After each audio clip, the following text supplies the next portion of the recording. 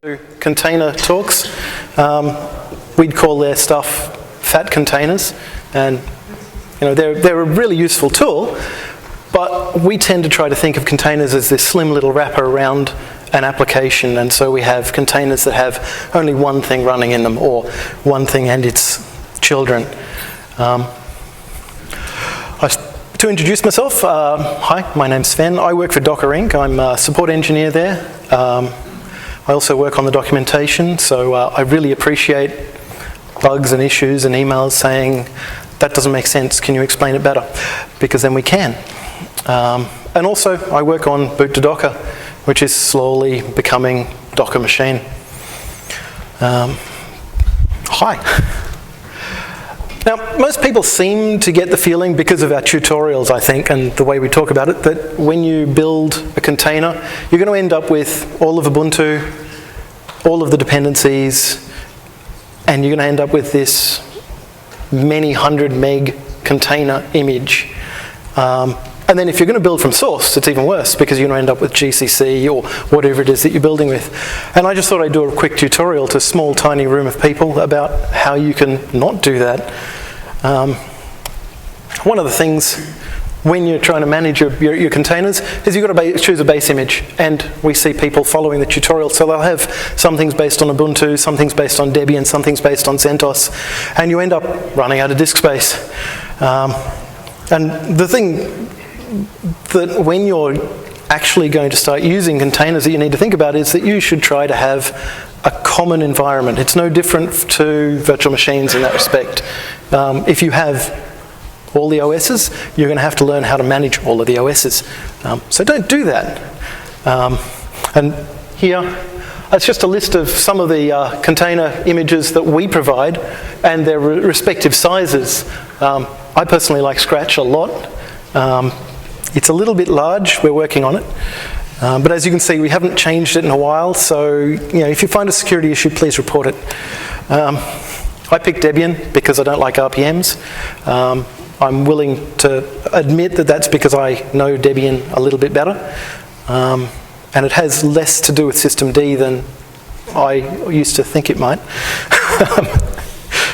And so I do use Debian wherever I can because, coming back to that table, it's quite a bit smaller. Although the really cool thing you can see there is that the latest version of Ubuntu is a very similar size. It used to be about 300 meg.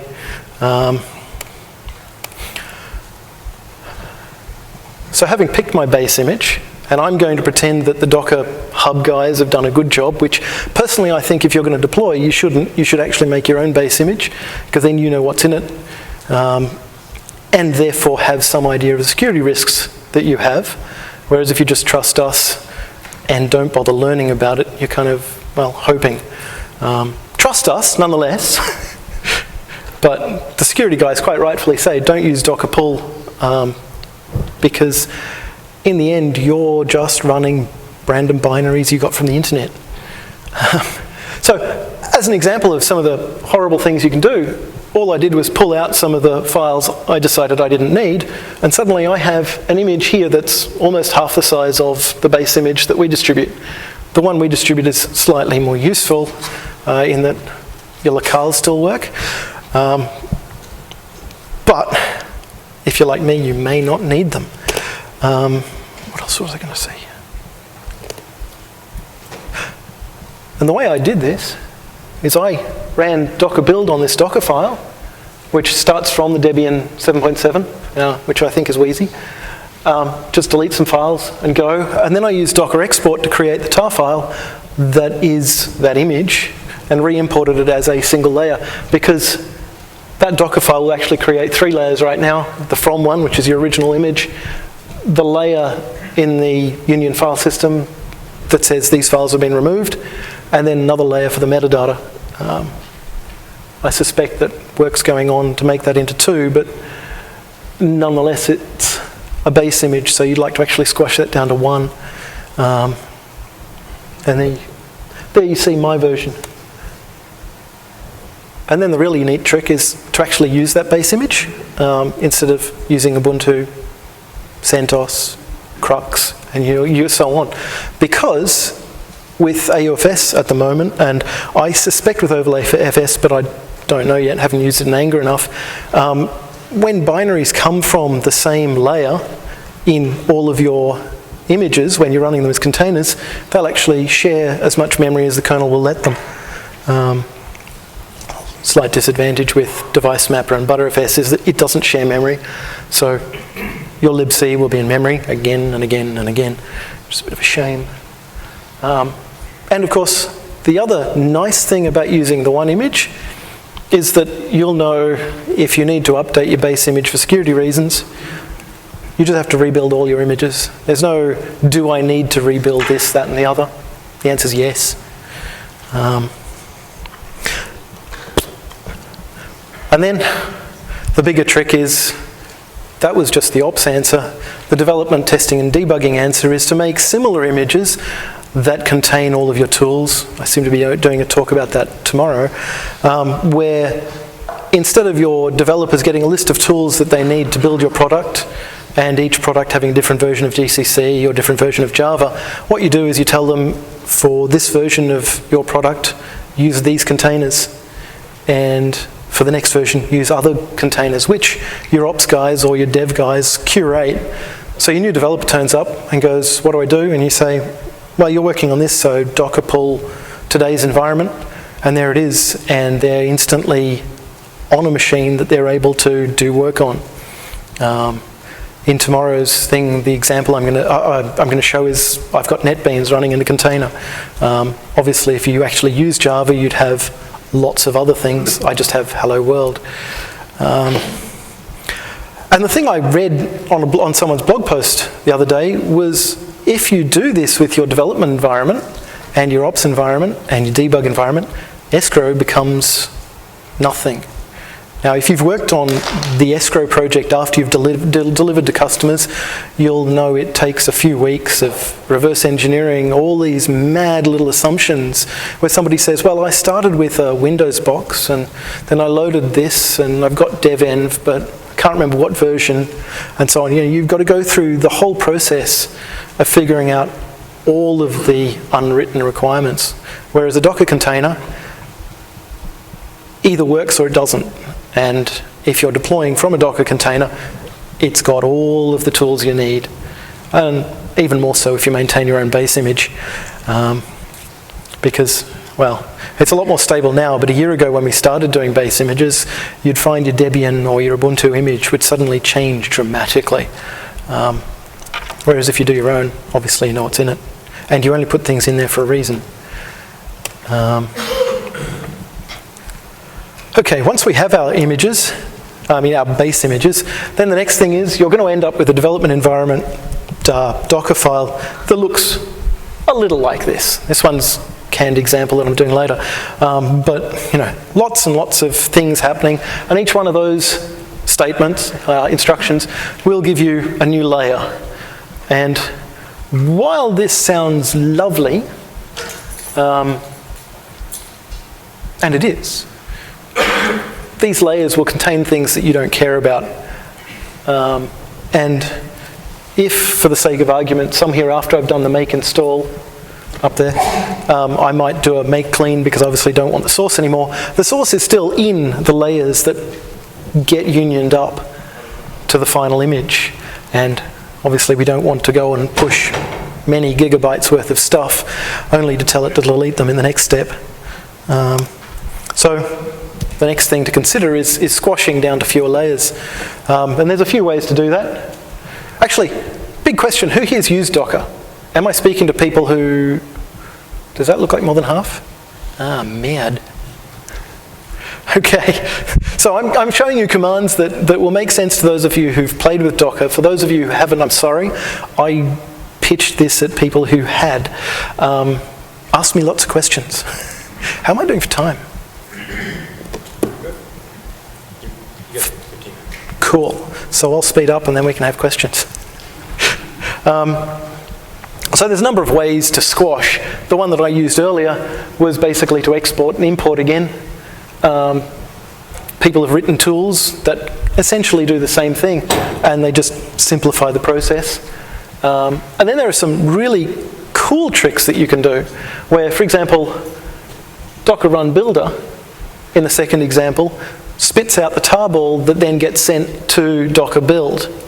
It's kind of called the Proppy transform because he was the first one to talk about it lots. And so that's one way that you can get your Docker initial build. So you'd have a Docker file in your system that then does something similar to configure, build stuff, and then spits out a tar file that gets built into your final binary, which could look much like the earlier one. Or similarly, the other trick I saw on the internet just recently, where you just have a Docker run that will download all of the prerequisites before you then build the image. So it's not quite as powerful as the second example, but it's still very useful. And the last one, which is where you're basically telling Docker, we'll give you the keys to the kingdom and you can do whatever you like. So the thing to note with the last example is that you're handing your container full and utter control of your computer. You're giving it root access, which is really handy, but hopefully is really scary to most of you. I do it all the time, I love it. Okay, so the real thing is static binaries. And as you can see the example there, people seem to like Go because they think I can make myself a static binary. Except, of course, there are some libraries that will still be needed here and there. So instead we work in assembler. This container here is a huge 900 bytes. And spitting out that text is all it does. We use it in our demos to make sure that your Docker actually works. But that's an example of what I think Docker containers will work towards. Because all you really want to have is a specification of not only how to get the thing running, but what few things it does. So this one, in my opinion, should eventually have a spec that goes with it that says, I don't need access to any devices, I don't need any privileges, I need nothing. I don't need a network. All I need is to throw you some characters. And that's it. And that's something at the moment that seems to me to be missing from everything, RPM, Debian, you name it. We don't know from your deb file what devices it's going to access. You've got to kind of read the documentation or which files it's going to access. And to that end, I thought I'd do an example of building Nginx and making a microcontainer out of it. And that's the horror command that I did to make it go. And I guess I shall explain it. Okay, so the first line there, what I'm doing is because we don't have docker build -f, so we can't specify another file as the Docker file yet, that's next version. I'm caching the Docker file and I'm not using any of the files in my context, so in my current directory, apart from that.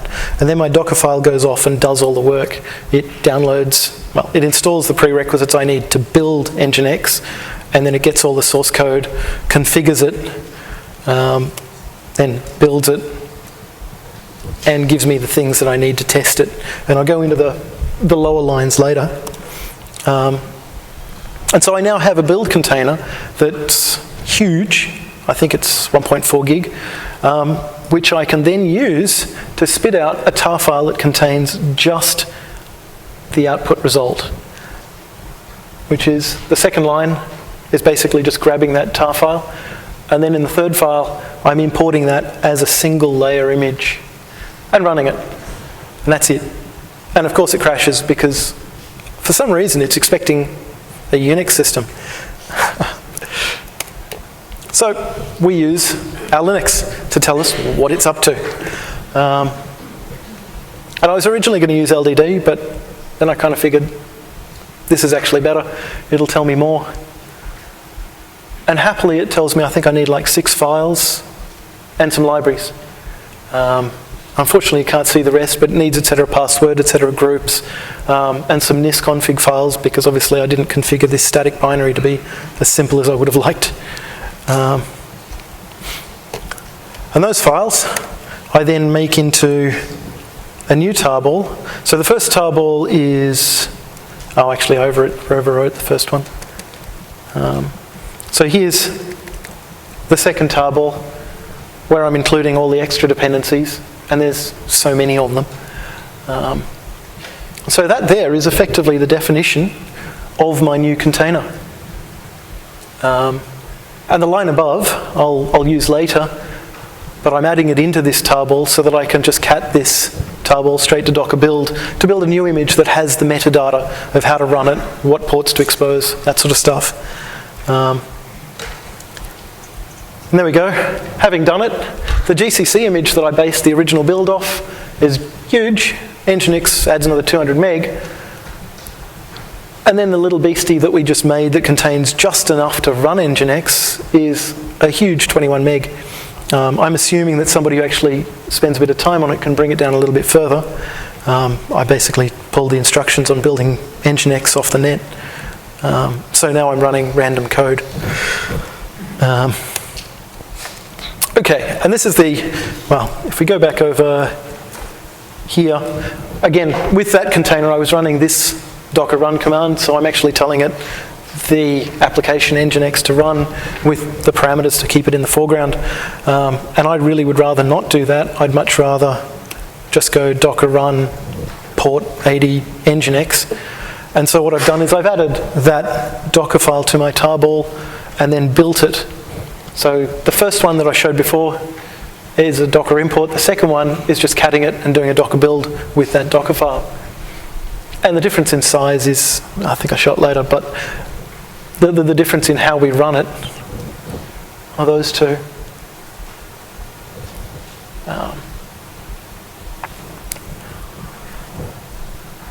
In that case, these two, they should be the same size. What I do after that is I go, well, that was hard to debug.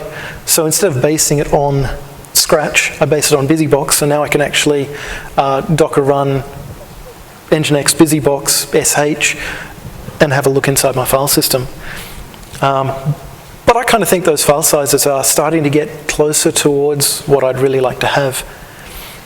And as I say there, one of the ways that people seem to be thinking about small containers is to have a microservice in each container and then to orchestrate those to talk to each other and then put a front end in front of it. And for that, obviously, a small container is a lot faster to upload to AWS or wherever you're deploying. Please don't ask me Java questions. And then for extra credit, the thing I didn't do is make two. So if we had a base image that was BusyBox and added those libs in on top of it, then we'd be able to deploy that. And if the app changes, we'd only be having to send that 10 meg or so that is the Nginx layer. And we're gone. Ha. Okay. And the other thing I should really show is those are the Docker files. So I've got the BusyBox one up there, and then down below I'm doing this as well with NewBase, which was supposed to be Debian, but I didn't do it. So that was about all I wanted to show. And now I have a chance to give you answers to questions. Awesome. We have about 7 or 8 minutes for questions, so hold your hand up and we'll get the microphone around to you. So this gentleman down here first. Sorry, I'm new to a lot of the things you're talking about. I was trying to understand why you were using that iNotify wait thing to. iNotify is good. What were you waiting for the change of what? Well, iNotify wait really tells you what files were accessed when. And so what I needed to do to fix the dependencies is that it was obviously missing some libc libraries. Okay, so you're waiting to notify you that you've got the correct libraries installed? Or well, so the Nginx image I made had nothing but Nginx in it. Right. And so it didn't have any of etc.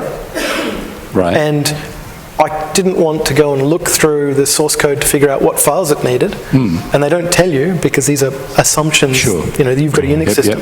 So instead, iNotify just tells you, it's a kernel functionality that tells you I when understand. files are accessed. Yeah. So as soon as Nginx starts up, it goes and accesses those libraries. See, so it's to fool Nginx into thinking... No. So what I'm doing is I'm going through and running this in a container where it works, which is the build static one, Right. and watching what it does to the file system. That tells me what files I need that I can then put in the Slim container. Oh, I see. So in other words, what you're doing is using iNotify to tell you which things Nginx was looking for, and then you can provide those things only. Okay. That's right. I'm beginning to catch up. You know, my initial thought before I started work on this was just use LDD, but there's obviously data files more that it than that, uses. yes. So, you know, Thank you. My question's around that same thing with iNotify. So is there not some level of risk, and I'm not a C developer, so is there not some level of risk around it, you're not necessarily seeing some of the files it needs until later on? Definitely, definitely, yes. My assumption here is that I can do this because it worked for what I was trying to show. Post that, there's an awful lot of things you need to know, and hopefully if you're deploying it, you know them. But that's what surprised me when I started thinking about this, is that none of the package management solutions we have right now document that, because the assumption is that if you're installing a Deb, it's a Deb-like system, and there's a certain minimum, about 85 meg worth, of files that are in a base Debian that works. And that seems a lot less secure than knowing specifically, I'm going to touch these 6 files and that's it. Hi. I had a collection of containers which shared some common base images, and I was trying to produce a single tarball that had just a single tarball which had the base image and then just the extra images on top. And ended up writing a script which built a merged repositories file and then just built a new tarball with all of those images in it. Did one of those shrinkage commands that you showed there do something similar, or was that even valid? Not of the ones. No, I don't know what Docker Squash really does. Most of them are going to end up basically just extracting, as in doing a Docker export. Although I think Docker Squash might take each of the layers and squash the ones you ask it to. So you've got to hope that it does the right job. Right, yeah. But the tooling around that isn't done because it's not something that we're supporting ourselves directly. And third-party people are trying it out and seeing what happens. So, no, can't answer your question much. So you were using Nginx, which is statically compiled. What would you do differently for dynamic languages? For which? Dynamic languages, like Ruby's dependency management. I would ask somebody who's an expert in building those things to do it. I've got a little more chance of doing it in Perl, but even that, I kind of went, that's going to be complex. And it probably depends on the complexity of what you're trying to package up. If it's something nasty like the open source project I used to work on, FOSSWiki and Twiki, then I'd probably actually just set up iNotify and bring in everything. Because there's obviously a lot of system tools that are installed that we don't actually need. The infectious thing about using iNotify is that if you can exercise all the code in your app, then you're going to get a canonical list of files it needs and its permissions that are going to be needed. So, like for example, Nginx, I think, only wants to read the password file. It doesn't want to write to it. But then we could create a container that only allows it to read and certainly not to write, and it would exit on failure. Therefore, we've learnt a lot about whatever it is that we're packaging. And so I kind of think most of this is going to be a learning thing, and eventually we'll know the answer to that. We have time for two. Oh, sorry. Are you done? Sorry, I didn't mean to interrupt you. We have time for 2 more questions. Does Docker provide any tools like system tap or dtrace for internal to containers? I think I'll punt on that and just say Docker is a thin little application launcher beastie that sets up some kernel parameters to wrap around what an application can do and see. And so if you want to do any of that kind of thing, what you're looking for is the normal Linux debug and kernel tracing tools.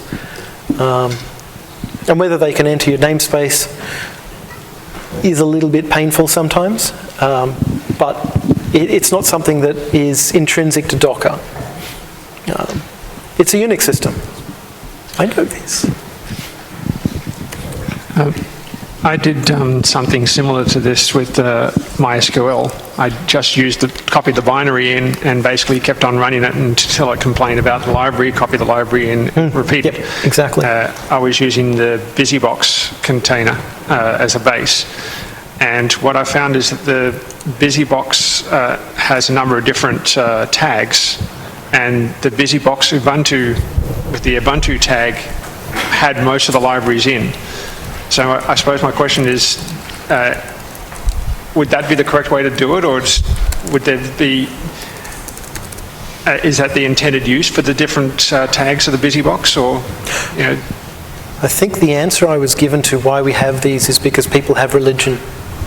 Sorry? I think the main answer I was given for why we have these different BusyBox images is because people have religion. And so some of them will prefer the build root one, and some of them will go build root, ill. Yeah. And so we give them the Ubuntu one. But no, I didn't know that there were that many more libraries in there. Cool. Right. Learned something new. So we'll let the very last question be this gentleman right here. Do you think that a significant portion of this process could be made a lot easier if there was an explicit syntax for layer creation rather than an implicit one on every single command? Almost like a checkpoint declaring this is where the layer starts, this is where the layer stops? I don't think there's anybody who feels that having some way to control when the layers get made is a bad thing. The reason we don't have it is because we've tried a few implementations and none of them satisfy everything without causing more trouble. I did read somebody had tried something else and it was so far looking very successful. So, you know, there is hope. The problem is that in the Docker project, because we've become so successful so much faster than we expected, people want things before we've experimented enough to know whether we're going to shoot ourselves in the foot. You know, and so, like, to me, bind mount volumes is a lovely example of something that everybody wanted that is going to cause trouble for the rest of Docker's existence. And we've learned from that, and so we're, you know, much slower about just saying, yeah, we'll do that, and writing some code and then going, oh shit. So yeah, definitely. You know, being able to control all of those things is important. It's just a case of get it right. Cool. Thank you, Sven. Thanks very much. That's all we have time for today, but thank you so much.